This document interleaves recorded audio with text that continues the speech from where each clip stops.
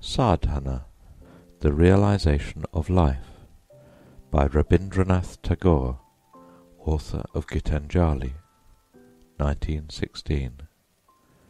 Dedicated to Ernest Rhys. Author's Preface.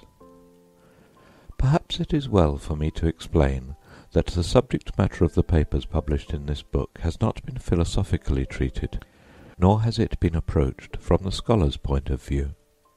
The writer has been brought up in a family where texts of the Upanishads are used in daily worship, and he has had before him the example of his father, who lived his long life in the closest communion with God, while not neglecting his duties to the world, or allowing his keen interest in all human affairs to suffer any abatement. So in these papers, it may be hoped, Western readers will have an opportunity of coming into touch with the ancient spirit of India as revealed in our sacred texts and manifested in the life of today. All the great utterances of man have to be judged not by the letter but by the spirit which unfolds itself with the growth of life in history. We get to know the real meaning of Christianity by observing its living aspect at the present moment, however different that may be, even in important aspects, from the Christianity of earlier periods. For Western scholars, the great religious scriptures of India seem to possess merely a retrospective and archaeological interest, but to us they are of living importance, and we cannot help thinking that they lose their significance when exhibited in labelled cases, mummied specimens of human thought and aspiration, preserved for all times in the wrappings of erudition. The meaning of the living words that come out of the experience of great hearts can never be exhausted by any one system of logical interpretation.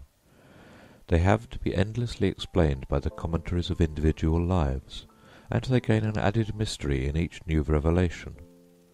To me, the verses of the Upanishads and the teachings of Buddha have ever been things of the spirit, and therefore endowed with boundless vital growth, and I have used them, both in my own life and in my preaching, as being instinct with individual meaning for me as for others, and awaiting for their confirmation my own special testimony, which must have its value because of its individuality. I should add, perhaps, that these papers embody in a connected form suited to this publication ideas which have been culled from several of the Bengali discourses which I am in the habit of giving to my students in my school at Bolpur in Bengal, and I have used here and there translations of passages from these done by my friends Babu Satish Chandra Roy and Babu Ajit Kumar Chakravarti. The last paper of this series, Realisation in Action, has been translated from my Bengali discourse on Karma Yoga by my nephew Babu Surendranath Tagore. I take this opportunity of expressing my gratitude to Professor James H. Woods of Harvard University for his generous appreciation, which encouraged me to complete this series of papers and read most of them before the Harvard University, and I offer my thanks to Mr. Ernest Rhys for his kindness in helping me with suggestions and revisions, and in going through the proofs. A word may be added about the pronouncing of sadhana. The accent falls decisively on the first A, which has the broad sound of the letter. Contents. 1. The relation of the individual to the universe. 2. Soul consciousness. 3. The problem of evil. 4. The problem of self. 5. Realisation in love. 6. Realisation in action. 7. The realisation of beauty. 8. The realisation of the infinite. Chapter 1. The relation of the individual to the universe. The civilization of ancient Greece was nurtured within city walls. In fact, all the modern civilizations have their cradles of brick and mortar. These walls leave their mark deep in the minds of men. They set up a principle of divide and rule in our mental outlook, which begets in us a habit of securing all our conquests by fortifying them and separating them from one another. We divide nation and nation, knowledge and knowledge, man and nature. It breeds in us a strong suspicion of whatever is beyond the barriers we have built, and everything has to fight hard for its entrance into our recognition. When the first Aryan invaders appeared in India, it was a vast land of forests, and the newcomers rapidly took advantage of them. These forests afforded them shelter from the fierce heat of the sun and the ravages of tropical storms, pastures for cattle, fuel for sacrificial fire, and materials for building cottages. And the different Aryan clans with their patriarchal heads settled in the different forest tracts which had some special advantage of natural protection and food and water in plenty. Thus, in India, it was in the forests that our civilization had its birth, and it took a distinct character from this origin and environment. It was surrounded by the vast life of nature, was fed and clothed by her, and had the closest and most constant intercourse with her varying aspects. Such a life, it may be thought, tends to have the effect of dulling human intelligence, and dwarfing the incentives to progress by lowering the standards of existence. But in ancient India we find that the circumstances of forest life did not overcome man's mind, and did not enfeeble the current of his energies, but only gave to it a particular direction. Having been in constant contact with the living growth of nature, his mind was free from the desire to extend his dominion by erecting boundary walls around his acquisitions. His aim was not to acquire, but to realize, to enlarge his consciousness by growing with and growing into his surroundings. He felt that truth is all-comprehensive, that there is no such thing as absolute isolation in existence, and the only way of attaining truth is through the interpenetration of our being into all objects. To realize this great harmony between man's spirit and the spirit of the world was the endeavour of the forest-dwelling sages of ancient India. In later days there came a time when these primeval forests gave way to cultivated fields, and wealthy cities sprang up on all sides. Mighty kingdoms were established, which had communications with all the great powers of the world. But even in the heyday of its material prosperity, the heart of India ever looked back with adoration upon the early ideal of strenuous self-realization, and the dignity of the simple life of the forest hermitage, and drew its best inspiration from the wisdom stored there. The West seems to take a pride in thinking that it is subduing nature, as if we are living in a hostile world where we have to wrest everything we want from an unwilling and alien arrangement of things. This sentiment is the product of the city wall habit and training of mind, for in the city life man naturally directs the concentrated life of his mental vision upon his own life and works, and this creates an artificial dissociation between himself and the universal nature within whose bosom he lies. But in India the point of view was different. It included the world with the man as one great truth. India put all her emphasis on the harmony that exists between the individual and the universal.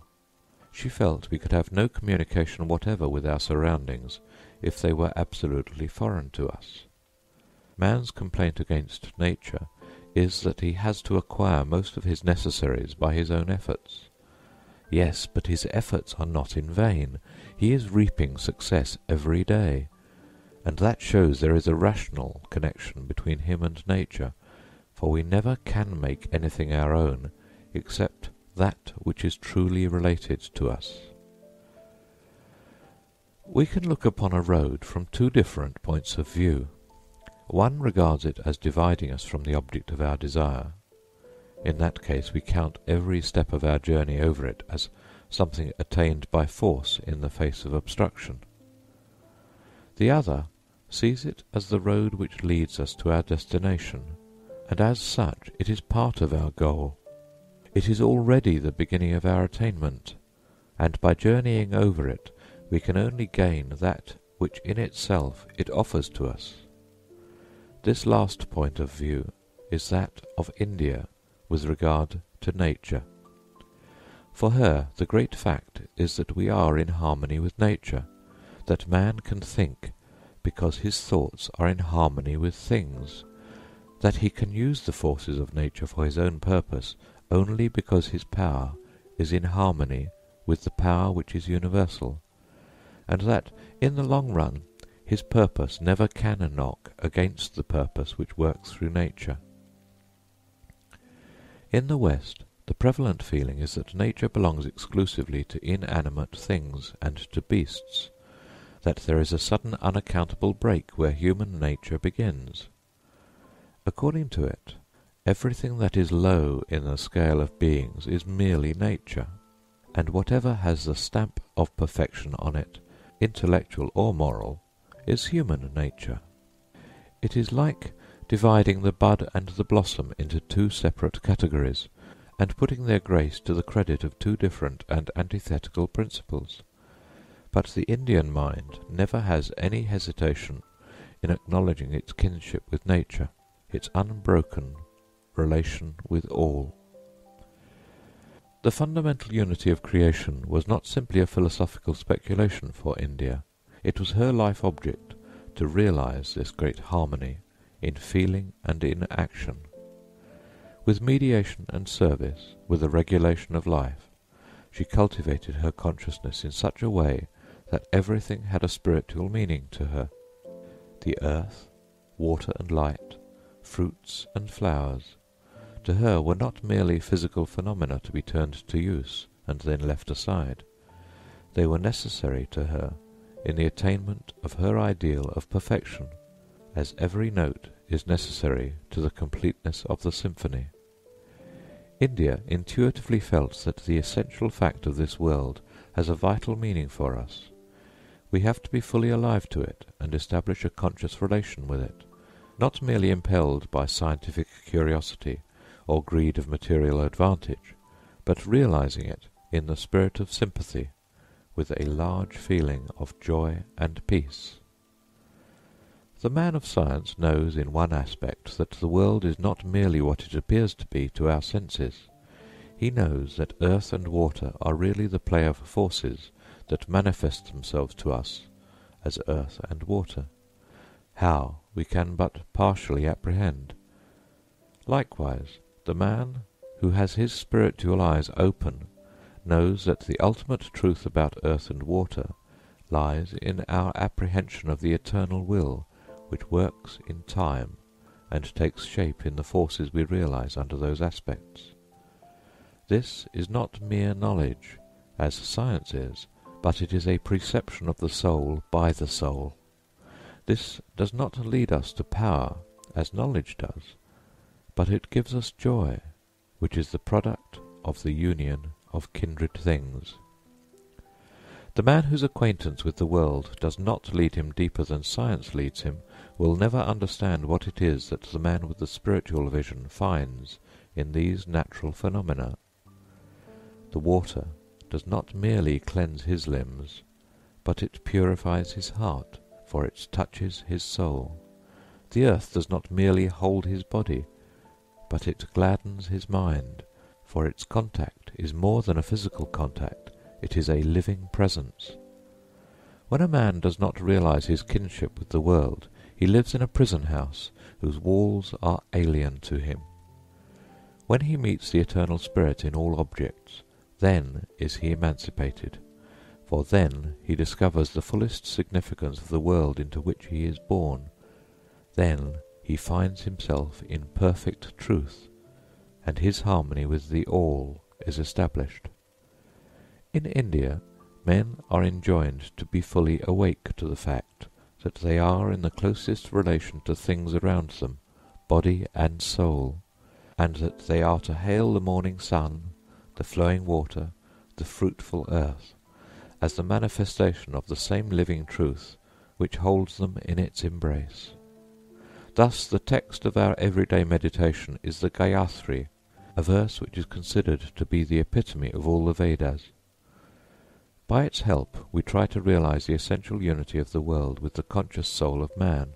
We learn to perceive the unity held together by the one eternal spirit, whose power creates the earth, the sky, and the stars, and at the same time irradiates our minds with the light of a consciousness that moves and exists in unbroken continuity with the outer world.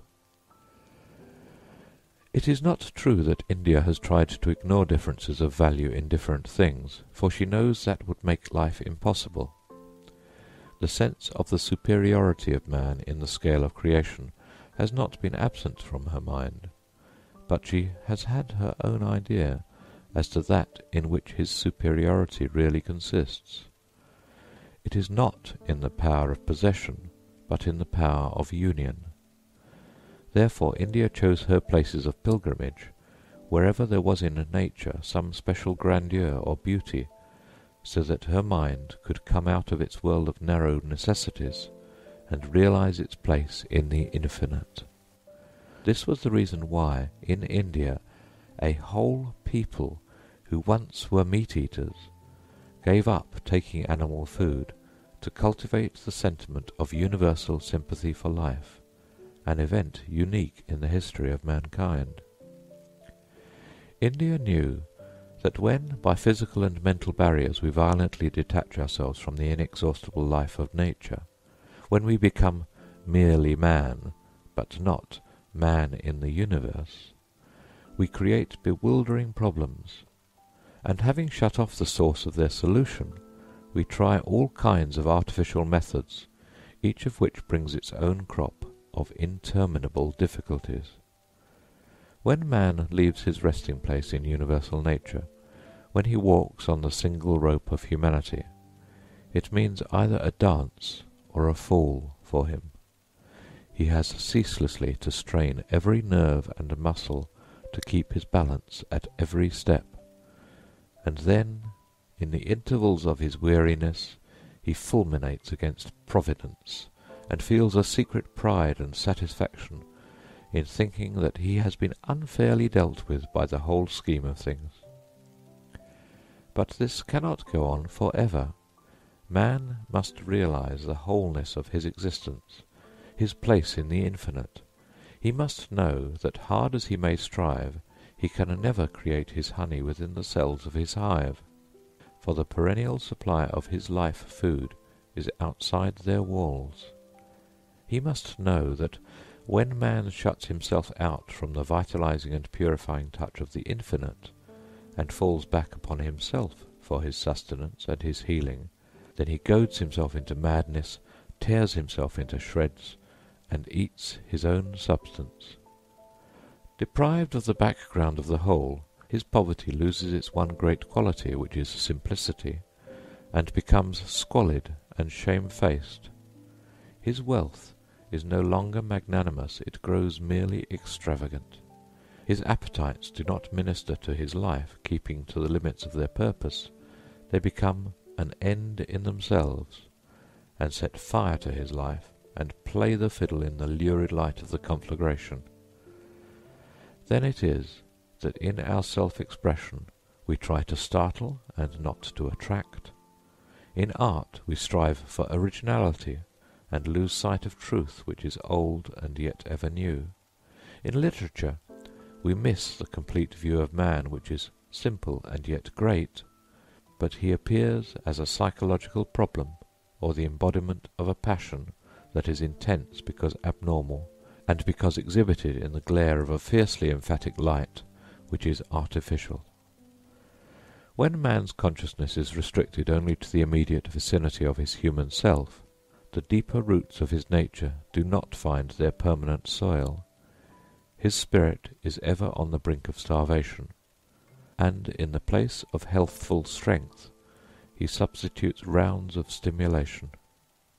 Then it is that man misses his inner perspective, and measures his greatness by its bulk, and not by its vital link with the infinite, judges his activity by its movement, and not by the repose of perfection, the repose which is in the starry heavens, in the ever-flowing rhythmic dance of creation. The first invasion of India has its exact parallel in the invasion of America by the European settlers. They also were confronted with primeval forests and a fierce struggle with aboriginal races. But this struggle between man and man and nature lasted till the very end. They never came to any terms. In India, the forests, which were the habitation of the barbarians, became the sanctuary of sages. But in America, these great living cathedrals of nature had no deeper significance to man. They brought wealth and power to him, and perhaps at times they ministered to his enjoyment of beauty, and inspired a solitary poet. They never acquired a sacred association in the hearts of men as the site of some great spiritual reconcilement where man's soul has its meeting place with the soul of the world. I do not for a moment wish to suggest that these things should have been otherwise. It would be an utter waste of opportunities if history were to repeat itself exactly in the same manner in every place. It is best for the commerce of the spirit that people differently situated should bring their different products into the market of humanity, each of which is complementary and necessary to the others. All that I wish to say is that India at the outset of her career met with a special combination of circumstances which was not lost upon her.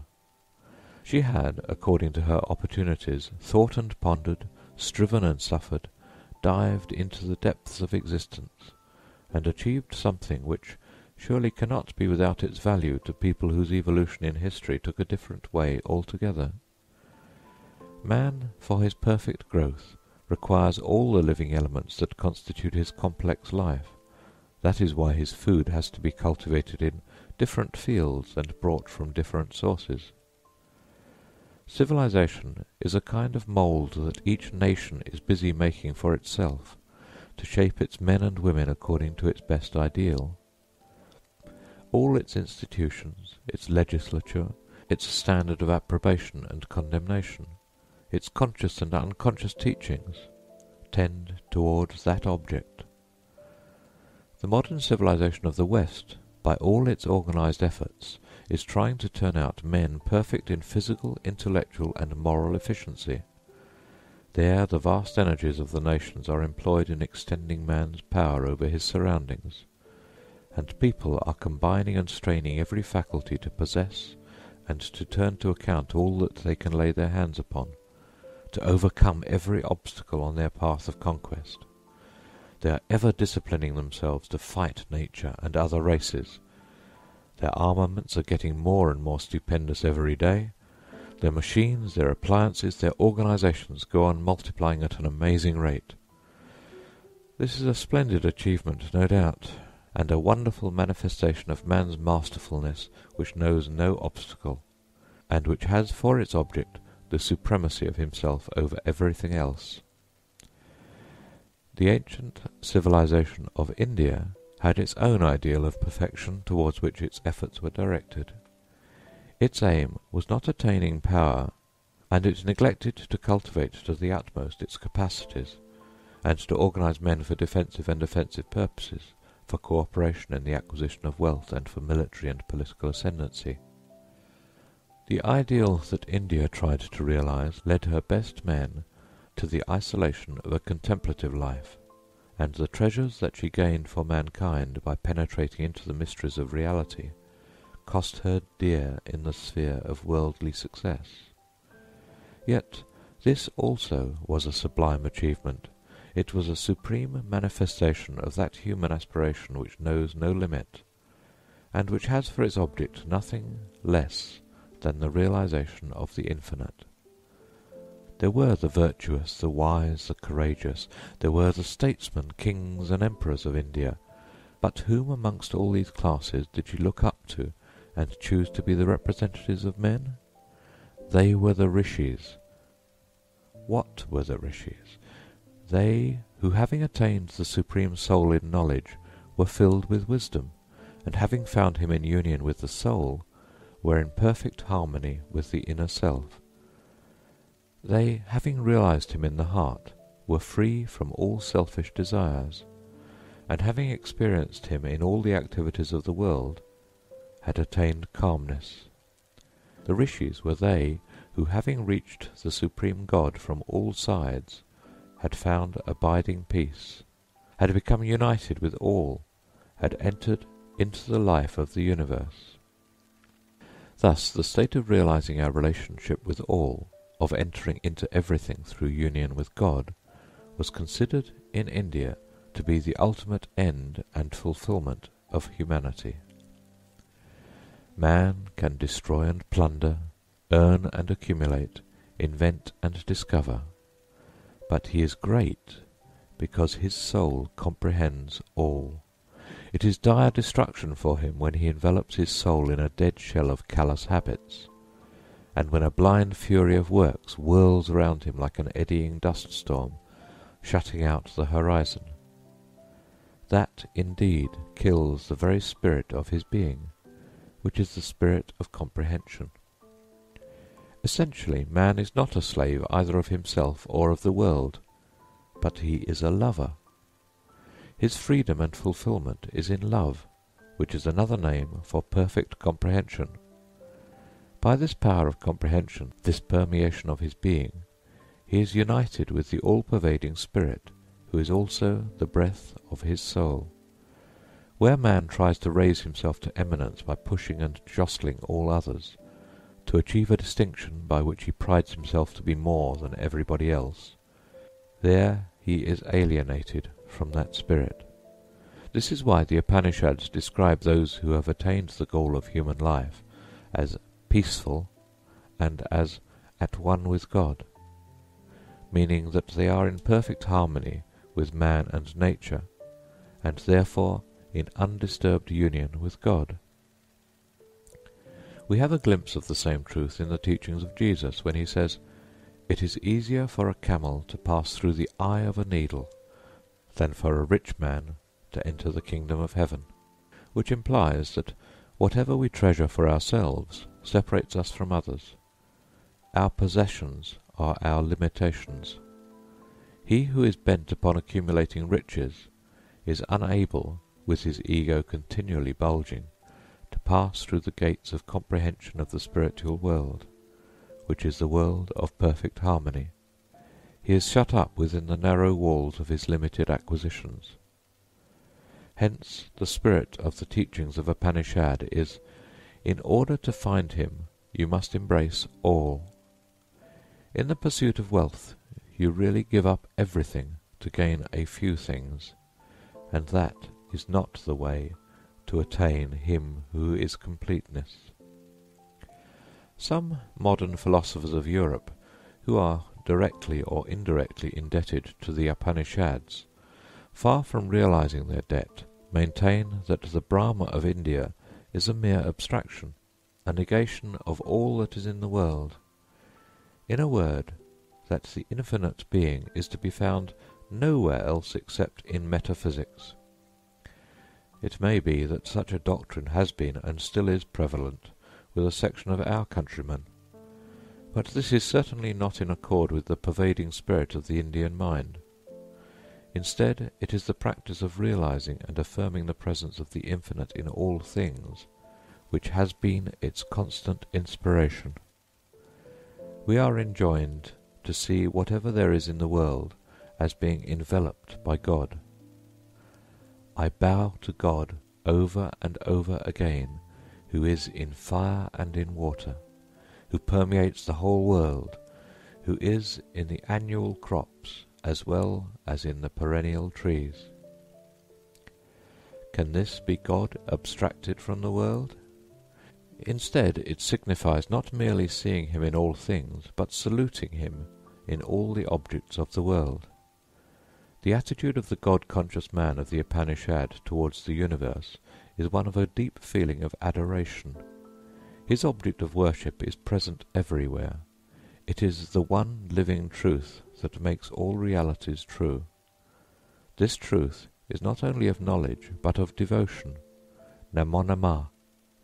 We bow to him everywhere, and over again. It is recognized in the outburst of the rishi who addresses the whole world in a sudden ecstasy of joy. Listen to me, ye sons of the immortal spirit, ye who live in the heavenly abode. I have known the Supreme Person, whose light shines forth from beyond the darkness. Do we not find the overwhelming delight of a direct and positive experience where there is not the least trace of vagueness or passivity? Buddha, who developed the practical side of the teachings of Upanishads, preached the same message when he said, with everything, whether it is above or below, remote or near, visible or invisible, thou shalt preserve a relation of unlimited love without any animosity or without a desire to kill. To live in such a consciousness while standing or walking, sitting or lying down till you are asleep, is Brahma Vihara, or in other words is living and moving and having your joy in the spirit of Brahma. What is that spirit?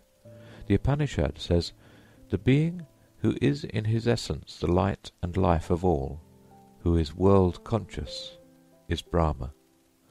To feel all, to be conscious of everything, is his spirit. We are immersed in his consciousness, body and soul. It is through his consciousness that the sun attracts the earth.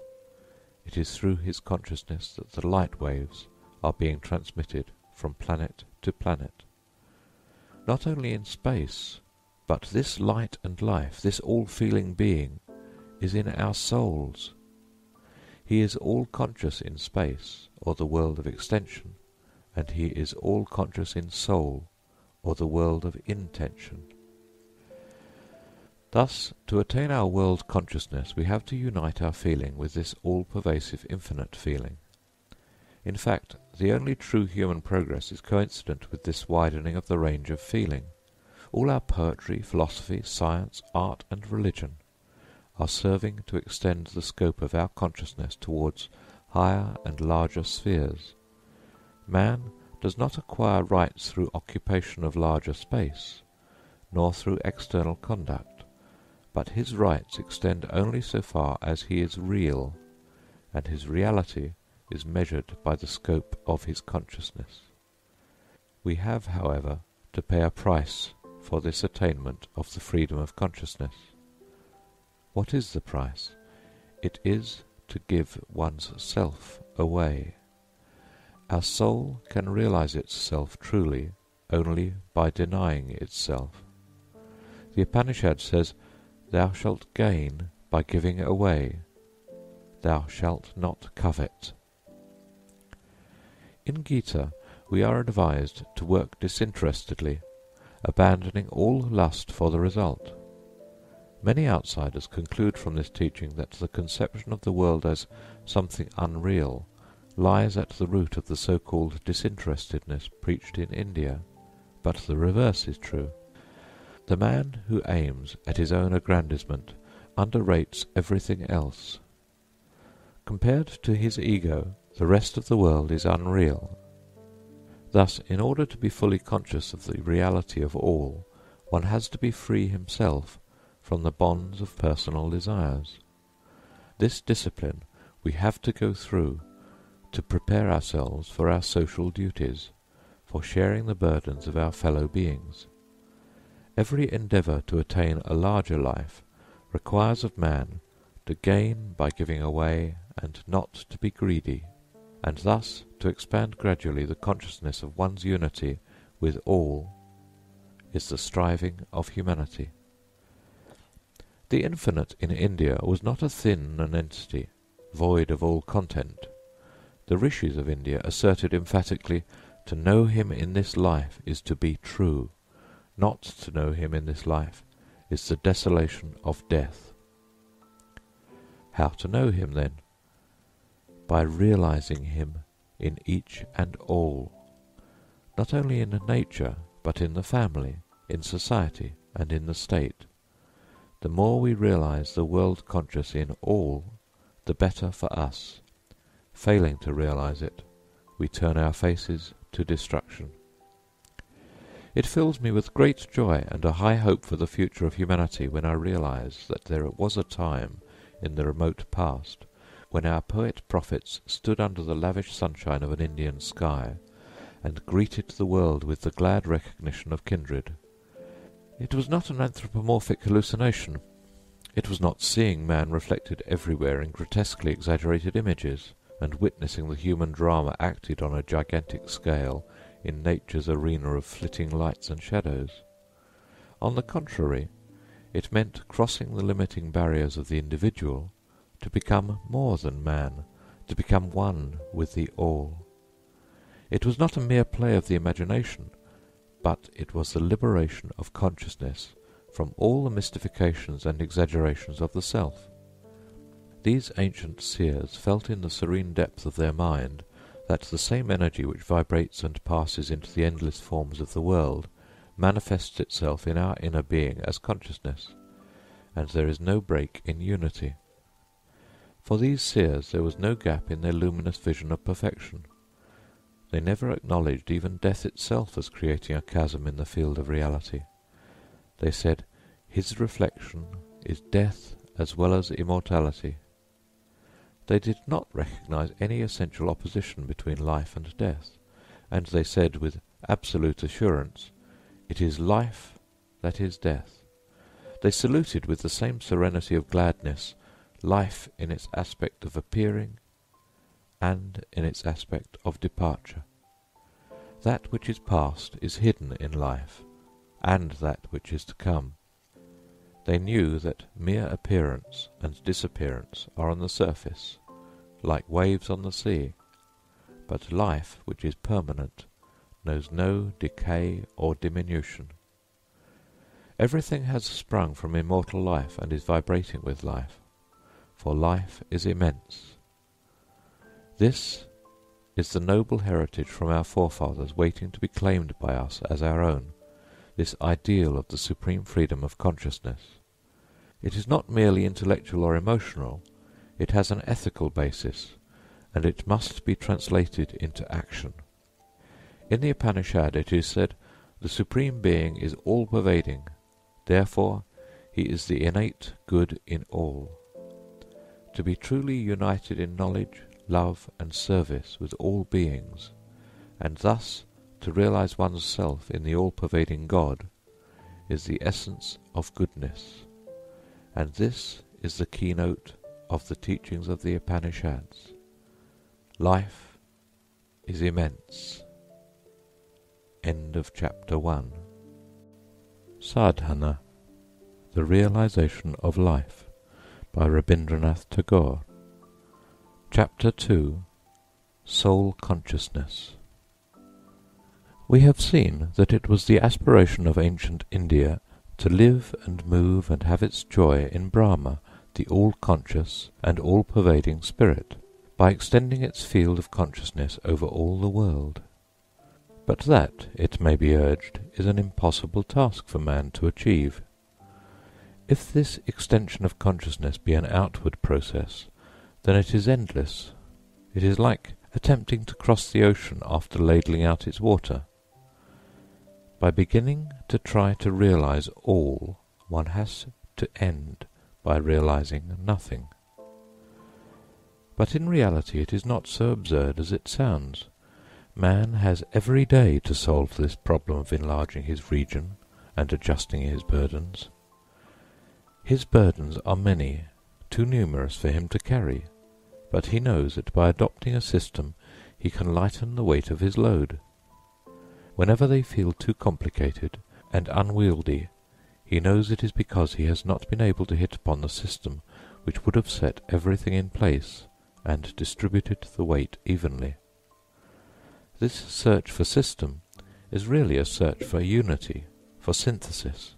It is our attempt to harmonize the heterogeneous complexity of outward materials by an inner adjustment. In the search, we gradually become aware that to find out the one is to possess the all, that there indeed is our last and highest privilege. It is based on the law of that unity which is, if we only know it, our abiding strength. Its living principle is the power that is in truth, the truth of that unity which comprehends multiplicity. Facts are many, but the truth is one. The animal intelligence knows facts. The human mind has power to apprehend truth. The apple falls from the tree. The rain descends upon the earth. You can go on burdening your memory with such facts and never come to an end. But once you get hold of the law of gravitation, you can dispense with the necessity of collecting facts ad infinitum. You have got at one truth which governs numberless facts. This discovery of truth is pure joy to man. It is a liberation of his mind. For a mere fact is like a blind lane. It leads only to itself. It has no beyond. But a truth opens up a whole horizon. It leads us to the infinite. That is the reason why, when a man like Darwin discovers some simple general truth about biology, it does not stop there, but like a lamp shedding its light far beyond the object for which it was lighted, it illumines the whole region of human life and thought, transcending its original purpose. Thus we find that truth, while investing all facts, is not a mere aggregate of facts. It surpasses them on all sides, and points to the infinite reality. As in the region of knowledge, so in that of consciousness, man must clearly realize some central truth which will give him an outlook over the widest possible field, and that is the object which the Upanishad has in view when it says, "Know thine own soul," or in other words, realize the one great principle of unity that there is in every man.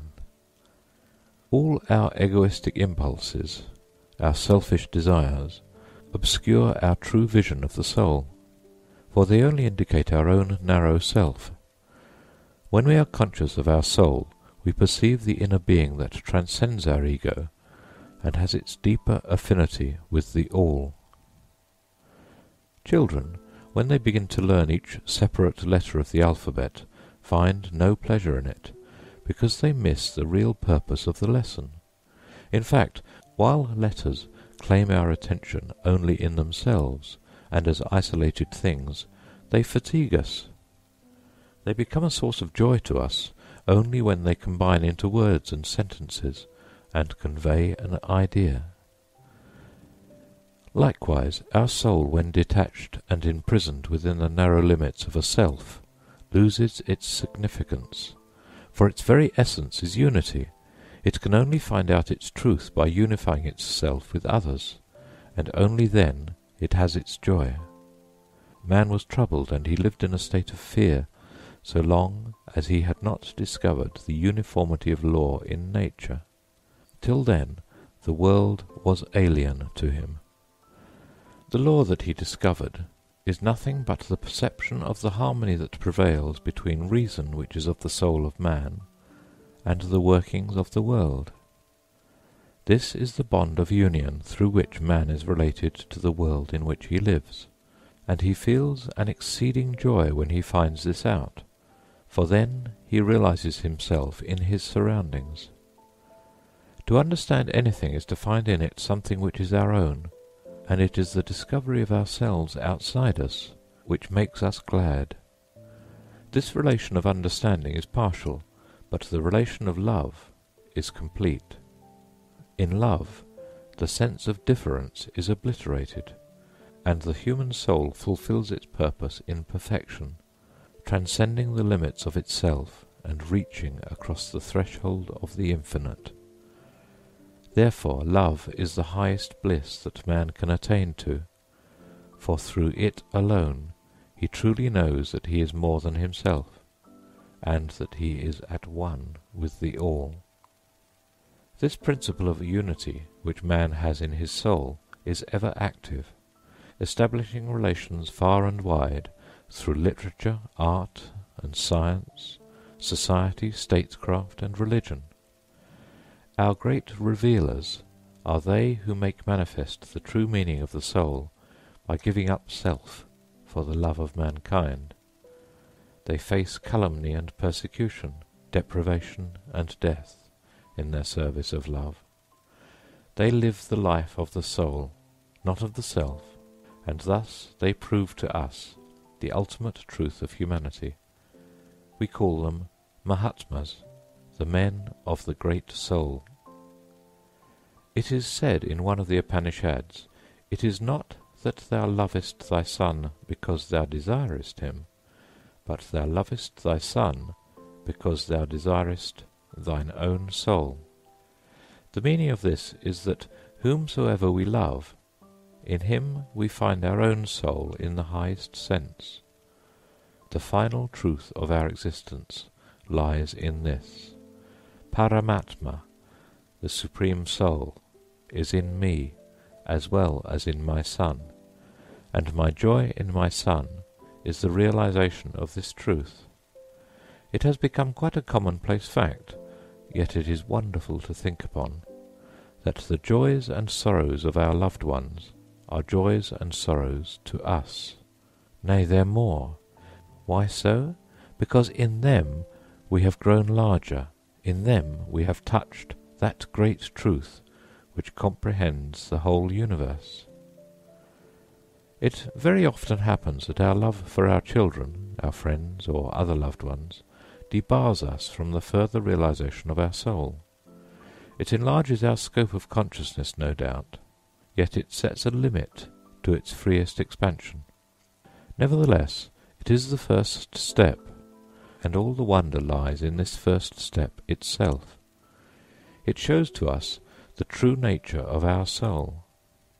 From it we know for certain that our highest joy is in the losing of our egoistic self and in the uniting with others. This love gives us a new power and insight and beauty of mind to the extent of the limits we set around it, but ceases to do so if those limits lose their elasticity and militate against the spirit of love altogether. Then our friendships become exclusive, our families selfish and inhospitable, our nations insular and aggressively inimical to other races. It is like putting a burning light within a sealed enclosure, which shines brightly till the poisonous gases accumulate and smother the flame. Nevertheless, it has proved its truth before it dies, and made known the joy of freedom from the grip of darkness, blind and empty and cold. According to the Upanishads, the key to cosmic consciousness, to God consciousness, is in the consciousness of the soul. To know our soul apart from the self is the first step towards the realization of the supreme deliverance. We must know with absolute certainty that essentially we are spirit. This we can do by winning mastery over self, by rising above all pride and greed and fear, by knowing that worldly losses and physical death can take nothing away from the truth and the greatness of our soul. The chick knows when it breaks through the self-centered isolation of its egg that the hard shell which covered it so long was not really a part of its life. That shell is a dead thing. It has no growth. It affords no glimpse whatever of the vast beyond that lies outside it. However pleasantly perfect and rounded it may be, it must be given a blow to, it must be burst through, and thereby the freedom of light and air be won, and the complete purpose of bird life be achieved. In Sanskrit the bird has been called the twice-born.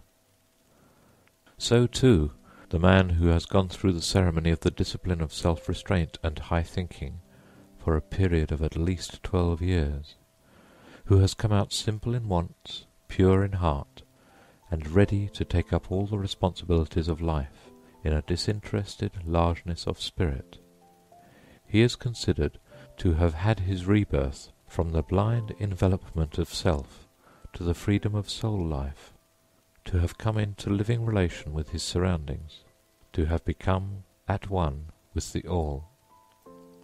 I have already warned my hearers, and must once more warn them, against the idea that the teachers of India preached a renunciation of the world and of self which leads only to the blank emptiness of negation. Their aim was the realization of the soul, or in other words, gaining the world in perfect truth. When Jesus said, "Blessed are the meek, for they shall inherit the earth," he meant this. He proclaimed the truth that when man gets rid of his pride of self, then he comes into his true inheritance. No more has he to fight his way into his position in the world. It is secure for him everywhere by the immortal right of his soul. Pride of self interferes with the proper function of the soul, which is to realize itself by perfecting its union with the world and the world's God.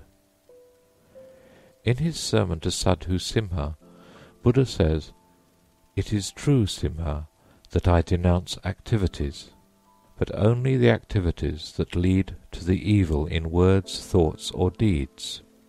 It is true, Simha, that I preach extinction, but only the extinction of pride, lust, evil thought, and ignorance, not that of forgiveness, love, charity, and truth."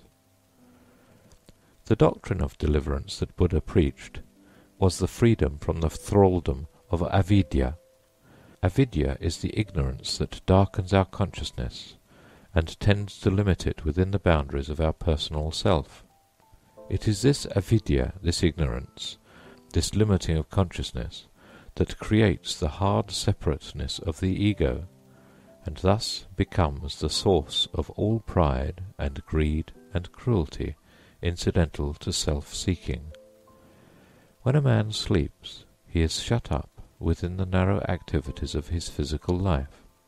He lives, but he knows not the varied relations of his life to his surroundings. Therefore, he knows not himself. So when a man lives the life of avidya, he is confined within his self. It is a spiritual sleep. His consciousness is not fully awake to the highest reality that surrounds him. Therefore he knows not the reality of his own soul.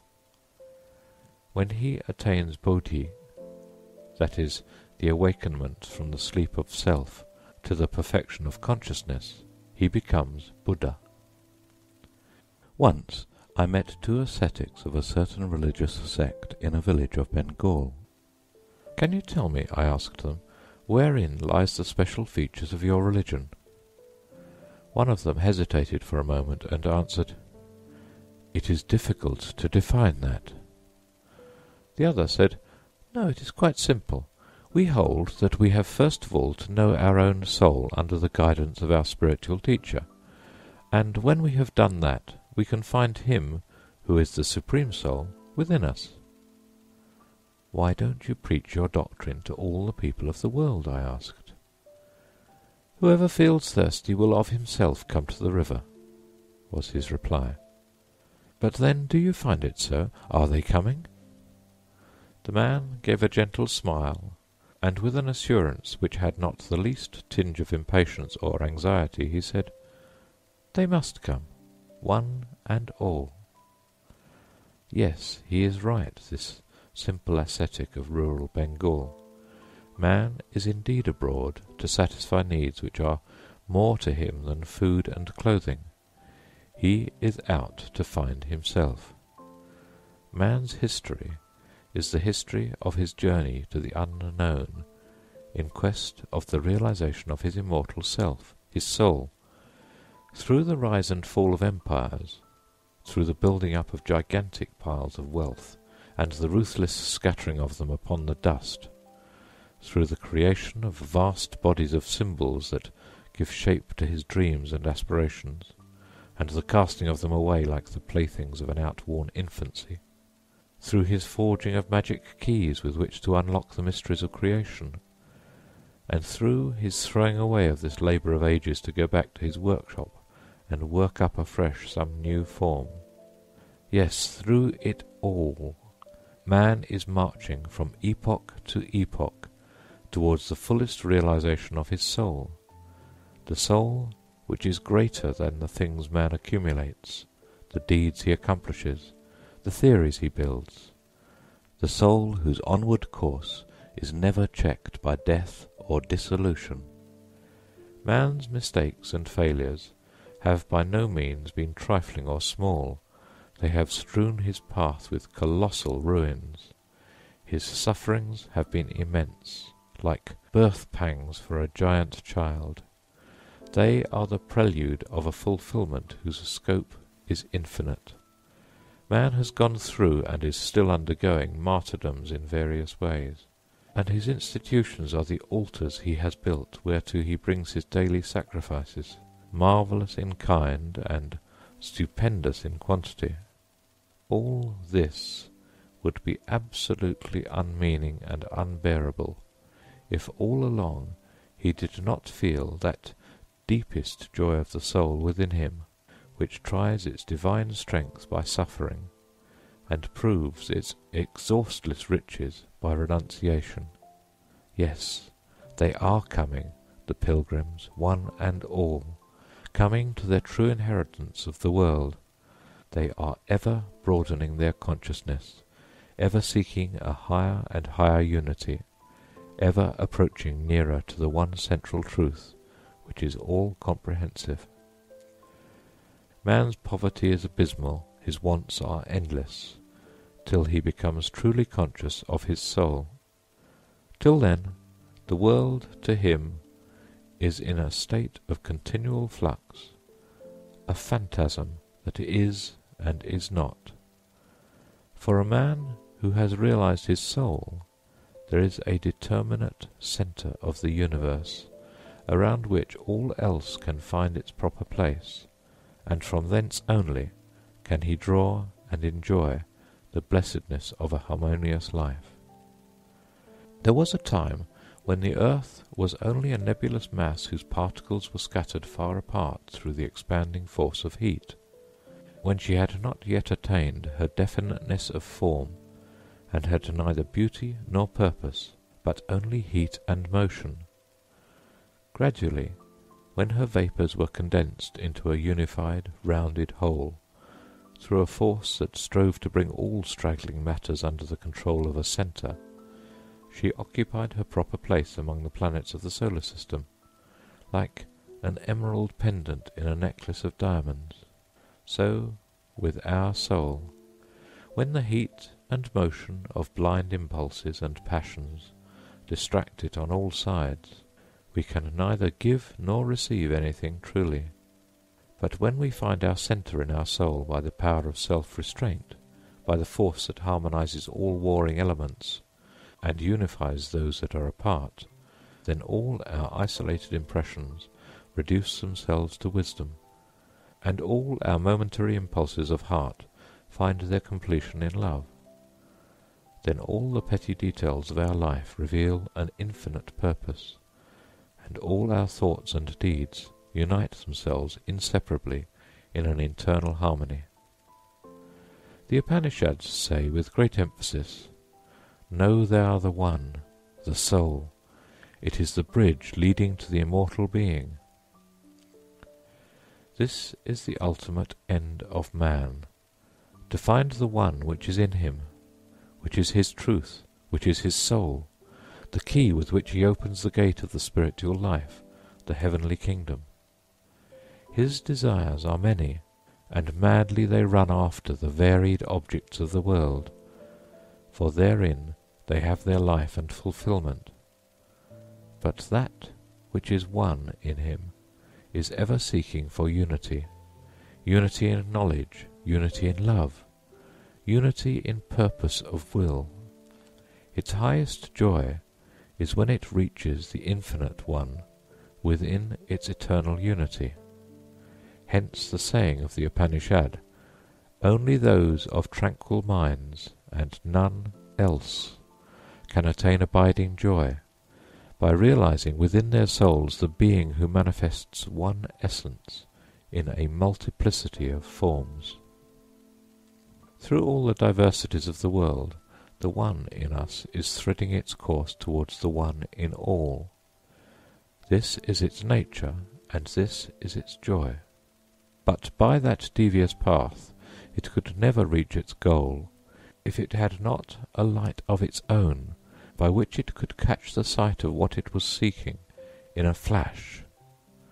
The vision of the Supreme One in our own soul is a direct and immediate intuition, not based on any ratiocination or demonstration at all. Our eyes naturally see an object as a whole, not by breaking it up into parts, but by bringing all the parts together into a unity with ourselves. So with the intuition of our soul consciousness, which naturally and totally realizes its unity in the Supreme One. Says the Upanishad, "This deity who is manifesting himself in the activities of the universe always dwells in the heart of man as the Supreme Soul. Those who realize him through the immediate perception of the heart attain immortality. He is Vishvakarma, that is, in a multiplicity of forms and forces lies his outward manifestation in nature, but his inner manifestation in our soul is that which exists in unity. Our pursuit of truth in the domain of nature therefore is through analysis and the gradual methods of science, but our apprehension of truth in our soul is immediate and through direct intuition. We cannot attain the Supreme Soul by successive additions of knowledge acquired bit by bit, even through all eternity, because he is one, he is not made up of parts. We can only know him as heart of our hearts and soul of our soul. We can only know him in the love and joy we feel when we give up ourself and stand before him face to face. The deepest and the most earnest prayer that has ever risen from the human heart has been uttered in our ancient tongue. O thou self-revealing one, reveal thyself in me. We are in misery because we are creatures of self, the self that is unyielding and narrow, that reflects no light, that is blind to the infinite. Our self is loud with its own discordant clamour. It is not the tuned harp whose chords vibrate with the music of the eternal. Sighs of discontent and weariness of failure, idle regrets for the past and anxieties for the future are troubling our shallow hearts because we have not found our souls, and the self-revealing spirit has not been manifest within us. Hence our cry, O thou awful one, save me with thy smile of grace ever and evermore. It is a stifling shroud of death, this self-gratification, this insatiable greed, this pride of possession, this insolent alienation of heart. Rudra, O thou awful one, rend this dark cover in twain, and let the saving beam of thy smile of grace strike through this night of gloom and waken my soul. From unreality lead me to the real, from darkness to the light, from death to immortality. But how can one hope to have this prayer granted? For infinite is the distance that lies between truth and untruth, between death and deathlessness. Yet this measureless gulf is bridged in a moment when the self-revealing one reveals himself in the soul. There the miracle happens, for there is the meeting ground of the finite and infinite. Father, completely sweep away all my sins. For in sin man takes part with the finite against the infinite that is in him. It is the defeat of his soul by his self. It is a perilously losing game in which man stakes his all to gain a part. Sin is the blurring of truth which clouds the purity of our consciousness. In sin we lust after pleasures, not because they are truly desirable, but because the red light of our passions makes them appear desirable. We long for things not because they are great in themselves, but because our greed exaggerates them and makes them appear great. These exaggerations, these falsifications of the perspective of things, break the harmony of our life at every step. We lose the true standard of values and are distracted by the false claims of the varied interests of life, contending with one another. It is this failure to bring all the elements of his nature under the unity and control of the Supreme One that makes man feel the pang of his separation from God, and gives rise to the earnest prayer, O God, O Father, completely sweep away all our sins.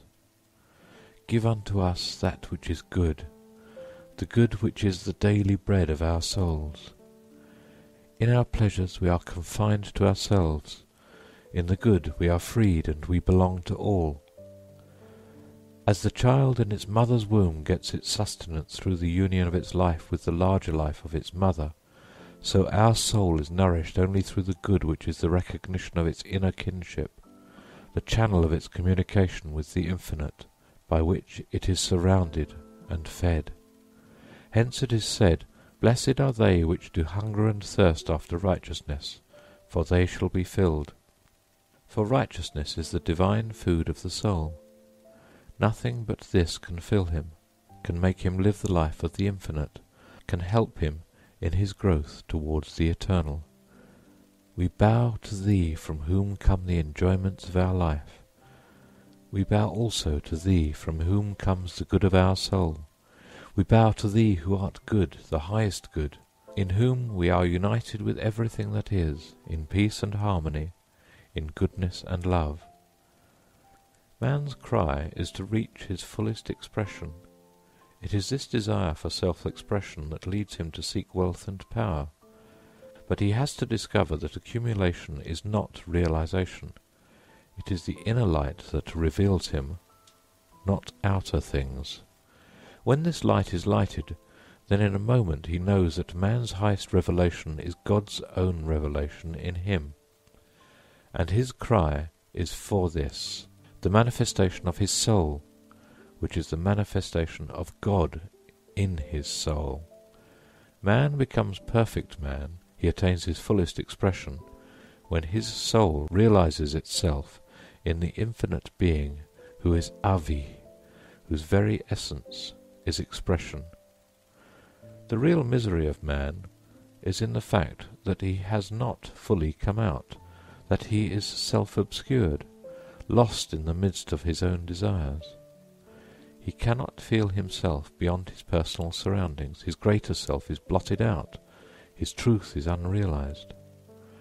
The prayer that rises up from his whole being is therefore, Thou who art the spirit of manifestation, manifest thyself in me. This longing for the perfect expression of his self is more deeply inherent in man than his hunger and thirst for bodily sustenance, his lust for wealth and distinction. This prayer is not merely one born individually of him. It is in depth of all things. It is the ceaseless urging in him of the Avi, of the spirit of eternal manifestation. The revealment of the infinite in the finite, which is the motive of all creation, is not seen in its perfection in the starry heavens, in the beauty of flowers. It is in the soul of man, for there will seeks its manifestation in will, and freedom turns to win its final prize in the freedom of surrender. Therefore it is the self of man which the great King of the universe has not shadowed with his throne. He has left it free. In his physical and mental organism, where man is related with nature, he has to acknowledge the rule of his king, but in his self he is free to disown him. There our God must win his entrance. There he comes as a guest, not as a king, and therefore he has to wait till he is invited. It is the man's self from which God has withdrawn his commands, for there he comes to court our love. His armed force, the laws of nature, stand outside its gate, and only beauty, the messenger of his love, finds admission within its precincts.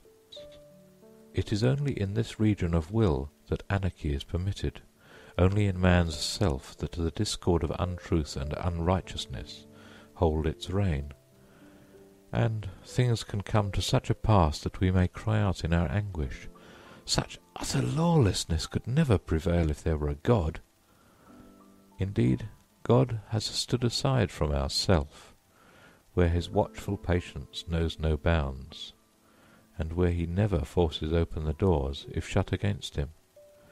For this self of ours has to attain its ultimate meaning, which is the soul, not through the compulsion of God's power, but through love, and thus become united with God in freedom.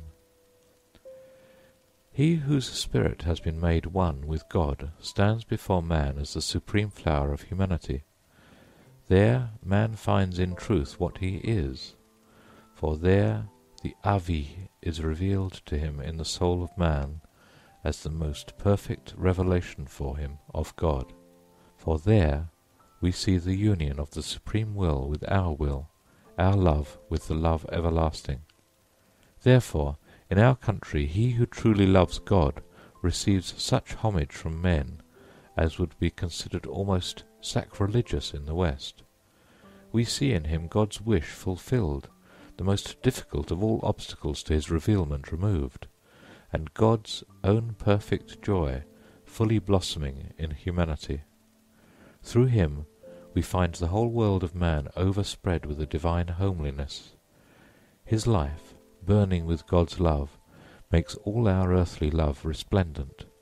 All the intimate associations of our life, all its experience of pleasure and pain, group themselves around this display of the divine love and from the drama that we witness in him.